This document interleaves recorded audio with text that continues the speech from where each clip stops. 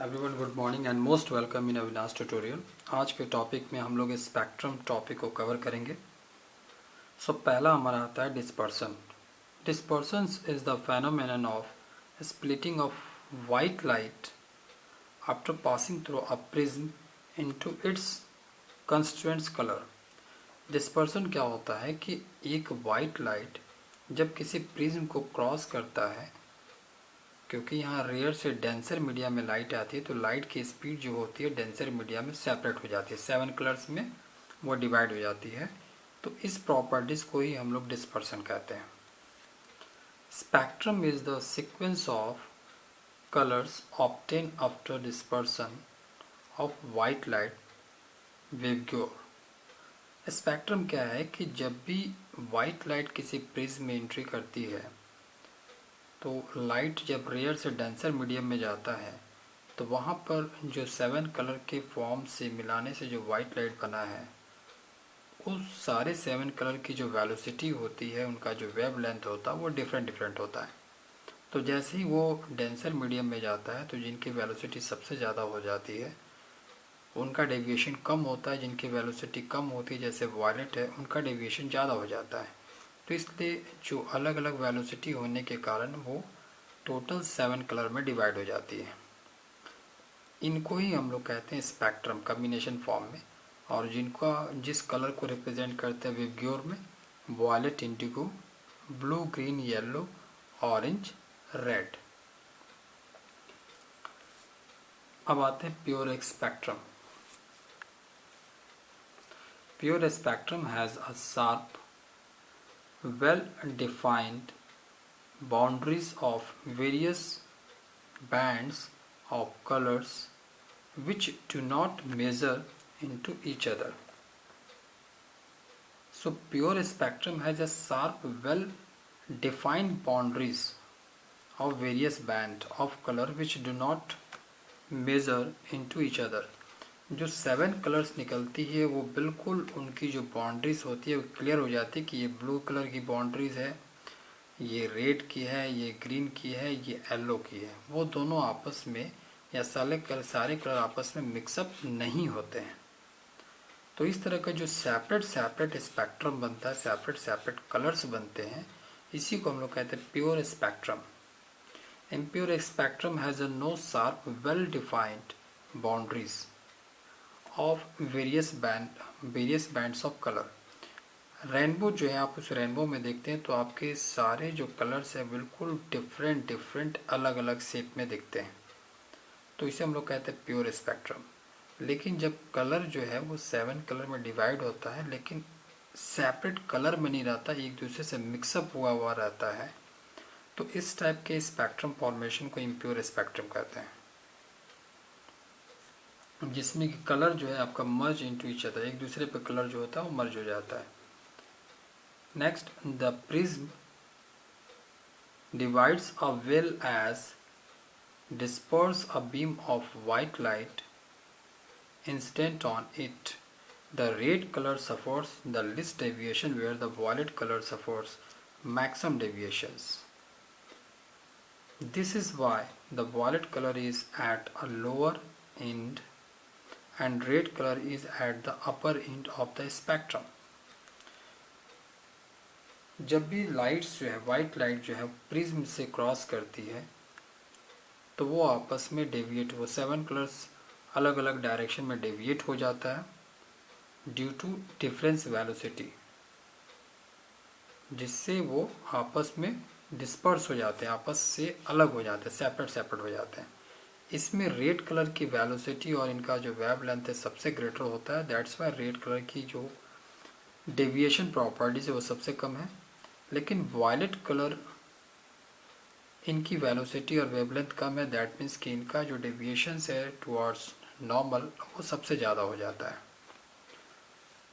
इसका कारण भी है कि जो आपका वायलेट कलर है उनका रिफ्रैक्टिव इंडेक्स ज़्यादा होता है रिस्पेक्ट टू जो आपका रेड कलर है उसके रिफ्रैक्टिव इंडेक्स है। जिनका रिफ्रैक्टिव इंडेक्स ज़्यादा होगा उनका डेविएशन ज़्यादा होगा, जिनका रिफ्रैक्टिव इंडेक्स कम होगा उनका डेविएशन कम होगा। दूसरे लैंग्वेज में समझे तो जिनकी डेंसिटी ज़्यादा होगी उसका रिफ्रैक्टिव इंडेक्स ज़्यादा होगा, डेविएशन ज़्यादा होगा, क्योंकि ज़्यादा वजन हो गया, सेम डायरेक्शन फ्लो नहीं करता, वो टुवर्ड्स नॉर्मल मुड़ जाता है। इनके जो अपोजिट में हो जाएगा, जिनका रिफ्रैक्टिव इंडेक्स कम है उनकी डेंसिटी कम होगी और ये बिल्कुल स्ट्रेट फॉलो करेगा। नेक्स्ट आते हैं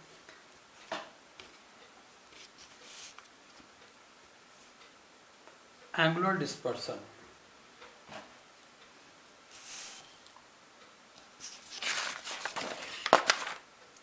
सो एंगुलर डिस्पर्सन जो है आपका, angular dispersion produced by a prism for white light is the difference in the angle of deviation of two extreme colors of the spectrum violet and red।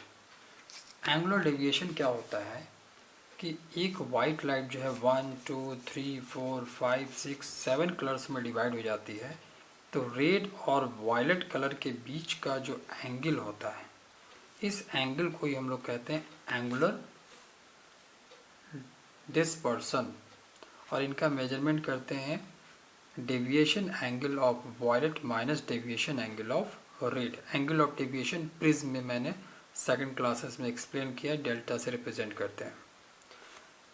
Angular dispersion produce by a prism depend on, जो angle measurement होता है red और violet के बीच में, वो depend करता है angle of prism.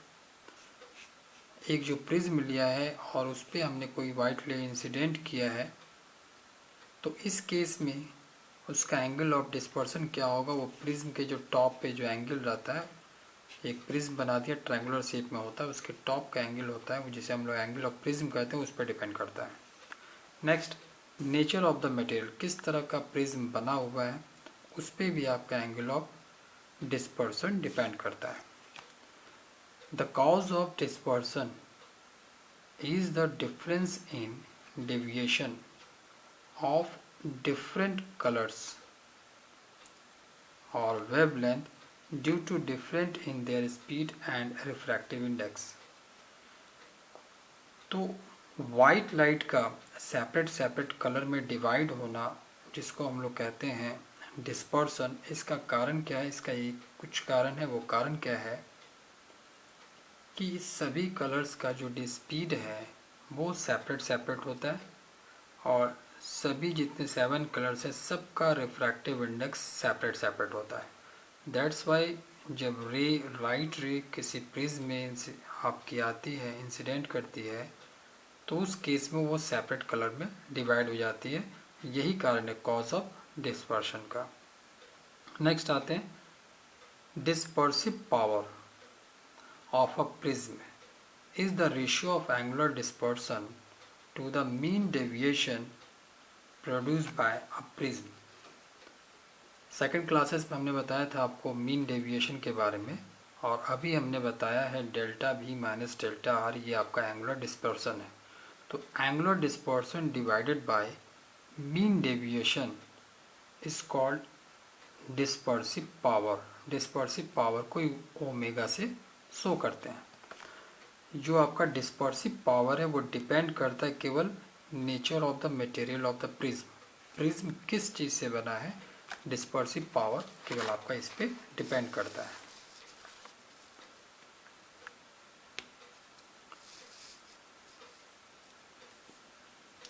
Okay, monochromatic light क्या होता है? Monochromatic light consist of only one color or one wavelength। केवल एक कलर हो, जैसे रेड कलर की लाइट अगर ट्रेवल कर रही है तो उस चीज़ को हम लोग कहेंगे मोनोक्रोमेटिक लाइट। अगर आपको ग्रीन लाइट केवल दिख रही है या केवल येलो लाइट दिख रही है, मतलब कोई ऐसी लाइट जो सेम वेवलेंथ से फ्लो कर रही है, अदरवाइज जिसका सेम ही कलर हो, एक ही कलर का लाइट फ्लो कर रहा, उसको हम लोग मोनोक्रोमेटिक लाइट कहते हैं। पॉलीक्रोमेटिक लाइट, जिसमें कि बहुत सारे कलर जो होते हैं वो एक साथ मिक्सअप रहते हैं, जिससे कि उनका बहुत सारे अलग अलग वेवलेंथ होते हैं। तो इनके कॉम्बिनेशन को हम लोग पॉलीक्रोमेटिक लाइट कहते हैं। और आपका वाइट लाइट है, इस वाइट लाइट को हम लोग पॉलीक्रोमेटिक लाइट कहते हैं, क्योंकि वाइट लाइट जो है वो 7 कलर से कंबाइन है। वाइट लाइट जब फ्लो करता है वैक्यूम या एयर में, तो उस केस में जो 7 के 7 कलर्स होते हैं वो बिल्कुल कंबाइन फॉर्मेशन में फ्लो करते हैं। तो उस स्टेज में हम उसको कहते हैं पॉलीक्रोमेटिक लाइट। अब आते हैं स्कैटरिंग ऑफ लाइट। स्कैटरिंग का पहले मतलब समझते हैं। स्कैटरिंग का मतलब होता है बिखरना। जैसे अगर पानी कहीं हाइट से गिरता है किसी पत्थर पे, तो वो सभी डायरेक्शन में बिल्कुल फैल जाता है। तो उसी चीज़ को हम लोग कहते हैं स्कैटर्ड हो जाना। लाइट्स भी क्या है कि जब एटमॉस्फेयर से, सन से जब एटमॉस्फेयर को एंट्री करते हुए अर्थ तक आती है, तो एटमॉस्फेयर में बहुत सारे छोटे छोटे पार्टिकल्स मिलते हैं। लाइट्स जब उस पार्टिकल्स पे स्ट्राइक करती है तो इनको पेनिट्रेट नहीं कर पाती। रिजल्ट ये होता है कि लाइट्स जो है, एक सिंगल लाइट बहुत सारे लाइट्स में आपका स्कैटर्ड हो जाता है, जिससे हमको और ज़्यादा चमकीला दिखता है वो लाइट। एक सिंगल लाइट आ रही थी और इसी से अगर ये 1000-1000 लाइट्स अगर आपके अलग अलग बन गई तो ब्राइटनेस ज़्यादा दिखता है। इसी चीज़ को हम लोग स्कैटरिंग कहते हैं। So scattering means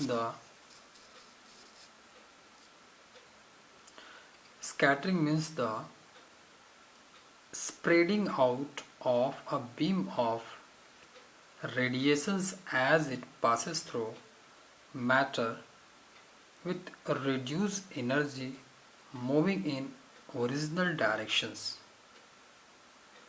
original direction में वो मूव कर रहा था, लेकिन जैसे ही कोई पाथ में कोई मैटर पार्टिकल्स आ गया स्ट्राइक करने के बाद, उसने अपने डायरेक्शन को चेंज कर दिया। Depending upon the circumstances, scattering can follow any combinations of following process on interacting with matter particles: reflections, absorptions, radiations।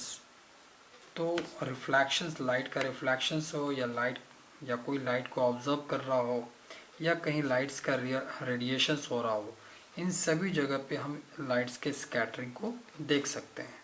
Sunlight travellings through the earth atmosphere, जिसमें कि अर्थ एटमॉस्फेयर में आते ही अर्थ में आपको क्लाउड मिलते हैं, वाटर ड्रॉप्स मिलते हैं और डस्ट मिलते हैं। चेंजेस इट्स डायरेक्शंस, तो सनलाइट की जो डायरेक्शन है रेज के, उसको चेंज करते हैं एटमॉस्फेयर पार्टिकल्स। एक जो सपोज वो डाउनवर्ड डायरेक्शन में आ रहा था, लेकिन पार्टिकल्स ने उसको डिफरेंट डायरेक्शन में उनको रोटेट कर दिया, तो इस केस को ही हम लोग कहते हैं scattering.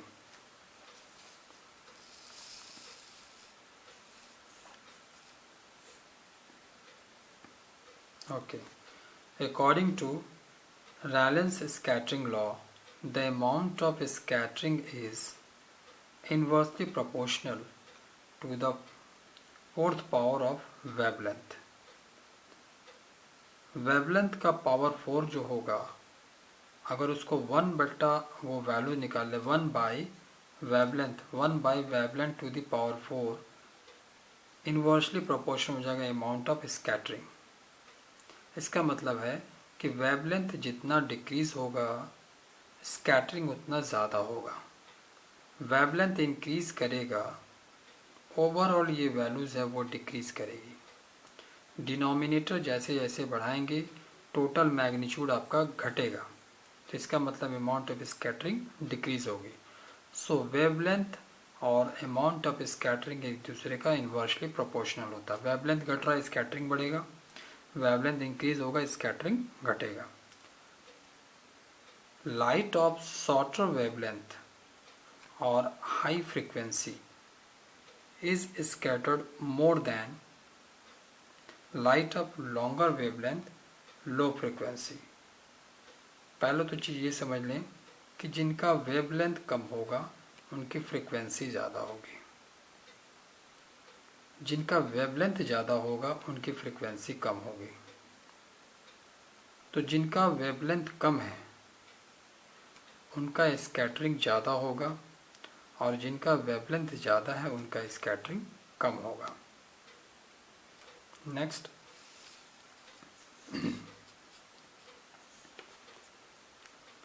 blue colors of sky, red colors of sun during sunset and sunrises, white color of clouds are all due to scattering of light. ये सारे जो केसेस होते हैं सब केसेस के पीछे स्कैटरिंग ऑफ लाइट है. According to Maxwell, the electromagnetic waves are those in which time-varying electric and magnetic field vectors are perpendicular to each other as well as perpendicular to the directions of propagations of a wave. So Maxwell ने ये बताया कि electromagnetic जो waves है वो vary करती है electric और मैग्नेटिक फील्ड के,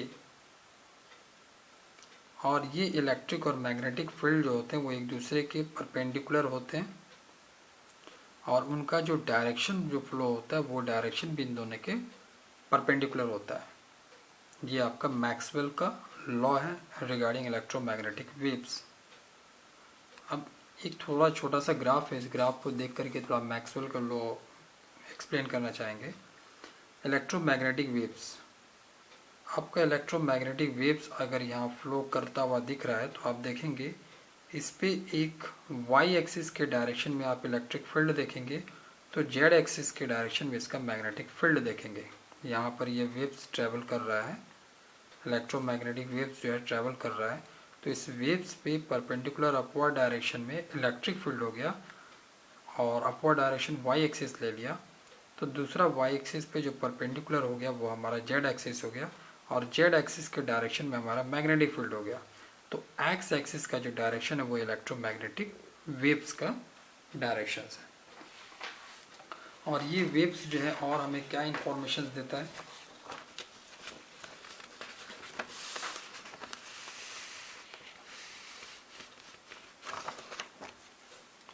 इससे हमें क्या इंफॉर्मेशन मिलता है कि electromagnetic waves are produced by accelerated और oscillated charge. Electromagnetic waves do not require any material medium or propagations. Next, electromagnetic waves travel in vacuum with a speed of 3 lakh meter per second. Electromagnetic waves are transverse in nature. Electromagnetic waves are uncharged and this is why not deflected by electric and magnetic field. Electromagnetic waves suffer reflections, refractions and diffractions etc. Next, तो electromagnetic waves क्या है, electromagnetic waves जो है वो आपका light से है. Electromagnetic spectrum is the orderly distributions of electromagnetic radiations according to their wavelength or frequency. जो चीज़ हमने पहले बताया था कि इलेक्ट्रोमैग्नेटिक स्पेक्ट्रम जो है वो एक तरह का अलग अलग कलर का सेपरेशंस है और ये सेपरेशन जो है वो उसके वेवलेंथ अदरवाइज फ्रिक्वेंसी के कारण होता है. अब इस चैप्टर से रिलेटेड जो इम्पोर्टेंट फॉर्मूला है जिस पे न्यूमेरिकल बेस्ड क्वेश्चंस आते हैं, पहला है mu equal to C by V और सारे सिंबल का भी अलग से कॉलम हमने बना रखा है. जहाँ पर म्यू हमारा ये रिफ्रैक्टिव इंडेक्स है, सी स्पीड ऑफ लाइट्स है और एक नॉर्मल किसी दूसरे मीडियम में लाइट्स की वेलोसिटी है. B equal to lambda B. Mu 1 to 2 का मतलब होता है म्यू 2 बाई म्यू 1. अगर लाइट फर्स्ट मीडियम से सेकंड मीडियम में आ रही है तो इसको सिंप्लीफाई करके लिखेंगे तो refractive index of second medium divided by refractive index of first medium. अगर लाइट फर्स्ट मीडियम से सेकंड मीडियम में आ रही है तो ये sine I by sine R हो जाता है. फर्स्ट मीडियम से सेकंड मीडियम में आ रही है इज इक्वल टू 1 बाई सेकेंड मीडियम से फर्स्ट मीडियम में आ रही है, तो रिफ्रैक्टिव इंडेक्स जो होगा एक दूसरे का इन्वर्सली प्रोपोर्शनल हो जाएगा. Now refractive index first medium rare medium से डेंसर मीडियम में आ रही है तो इस केस में 1/sin c हो जाता है, इसको cosec c भी कहते हैं। अगेन आपको बता रहे हैं लाइट जब रेयर मीडियम से डेंसर मीडियम में आती है तो इक्वल टू 1/sin c लिखेंगे, वेयर 1/sin c को 1/cosec c भी according to formula. Again light जब रेयर मीडियम से डेंसर मीडियम में आ रही है तो ये जो रिफ्रैक्टिव इंडेक्स है वो हो जाएगा real depth upon apparent depth. Deviation is equal to incident angle plus emergent angle minus angle of prism. Wavelength of red greater than wavelength of violet and frequency of violet greater than frequency of red, otherwise deviations of violet greater than deviations of red। अब जो आपका incident angle होता है, दूसरा refracted angle होता है जो inward में आ जाता है, तो प्रिज्म के अंदर जब लाइट्स वन सरफेस से सेकेंड सरफेस पे जा रहा है तो यहाँ पर दो एंगलें बनती हैं, एक को हम R1 कहते हैं, दूसरे को R2 कहते हैं। एक आई होता है जिस एंगल से लाइट्स प्रिज्म में एंट्री करती है, इंसिडेंट एंगल। इसके बाद अंदर जो आती है वहाँ पर एक एंगल नॉर्मल के साथ बनता है जिसको कि हम लोग नंबर 1 जो है वो R1 कहते हैं, रिफ्रैक्टेड एंगल। सेकेंड फेज पे जाती है जहाँ से लाइट बाहर निकलने वाली है, तो सेकेंड फेज में जो इन साइड में एंगल बनता है उसको हम लोग सेकेंड R2 कहते हैं, एंगल ऑफ रिफ्रैक्शंस। और वही लाइट जब प्रिज्म के बाहर निकल जाती है तो नॉर्मल और इमर्जेंट रे के बीच में बन जाता है एंगल ऑफ इमर्जेंट। तो उस केस में R1 प्लस R2 की वैल्यू एंगल ऑफ प्रिज्म के बराबर हो जाती है। रिफ्रैक्टिव इंडेक्स जो है वो sine angle of prism plus minimum deviation upon 2 whole divided by sine a/2। ये सब सारे फॉर्मूले हमने पीछे टॉपिक में कवर किए हुए, लेकिन यहाँ पर अगेन समराइज कर लिया हमने। Next, refractive index of violet is greater than refractive index of red. अब जब हम पावर निकालने हैं तो P इज इक्वल टू हो जाता है, पावर ऑफ ये लेंस है 1/f ओमेगा। इसके बारे में हमने नेक्स्ट क्लासेस में डिस्कस किया है। So omega is equal to deviation of violet minus deviation of red divided by deviation of prism. Refractive index of violet minus refractive index of red whole divided by refractive index -1। Next, जो हमने अभी बताया था कि amount of scattering is inversely proportional 1/λ⁴। अब इससे related कुछ जो वर्ड इसमें यूज़ होते हैं और उनका वेक्टर क्वांटिटी से रिगार्डिंग और उनके सिंबल और यूनिट्स के बारे में एक समरी देख लेते हैं। सो वेलोसिटी का सिंबल v होता है यूनिट मीटर पर सेकेंड और ये एक वेक्टर क्वांटिटी है। Refractive index symbol mu otherwise n से रिप्रेजेंट करते हैं क्योंकि ये नंबर है, यूनिट नहीं होता, और ये ना स्केलर और ना वेक्टर है। क्रिटिकल एंगल c से रिप्रेजेंट करते हैं, इनका यूनिट रेडियन होता है और इसमें फिजिकल क्वांटिटी नहीं होती है। फोकल लेंथ को f से रिप्रेजेंट करते हैं, ऐसा यूनिट मीटर होता है और ये एक स्केलर क्वांटिटी है। मैग्निफिकेशन स्मॉल m से रिप्रेजेंट करते हैं, इनका कोई यूनिट और डायरेक्शंस नहीं है। पावर को p से रिप्रेजेंट करते हैं, यूनिट डायोप्टर हो जाता है और ये एक स्केलर क्वांटिटी है। अपार्चर साइज जो होता है उसको स्मॉल d से रिप्रेजेंट करते हैं, यूनिट मीटर होता है और ये एक स्केलर क्वांटिटी है। वेव लेंथ लैम्डा से रिप्रेजेंट करते हैं, unit metre, scalar quantity. Frequency है स्मॉल b से रिप्रेजेंट करते हैं जिसको पर सेकंड अदरवाइज हर्ट्ज भी कर सकते हैं और it is a scalar quantity. तो आज की क्लासेस में हम लोगों ने scattering of light, spectrum, angular dispersions और इम्पॉर्टेंट जो फॉर्मूला की फैक्टर है उसको हम लोगों ने डिस्कस किया था। नेक्स्ट क्लासेस में हम लोग इलेक्ट्रोमैग्नेटिक स्पेक्ट्रम से संबंधित जो इम्पोर्टेंट जो चीज़ है उसमें समझेंगे। उसमें हम लोग gamma rays, X rays, ultra rays, visual light, infrared और माइक्रोवेव्स के बारे में समझेंगे। Thank you.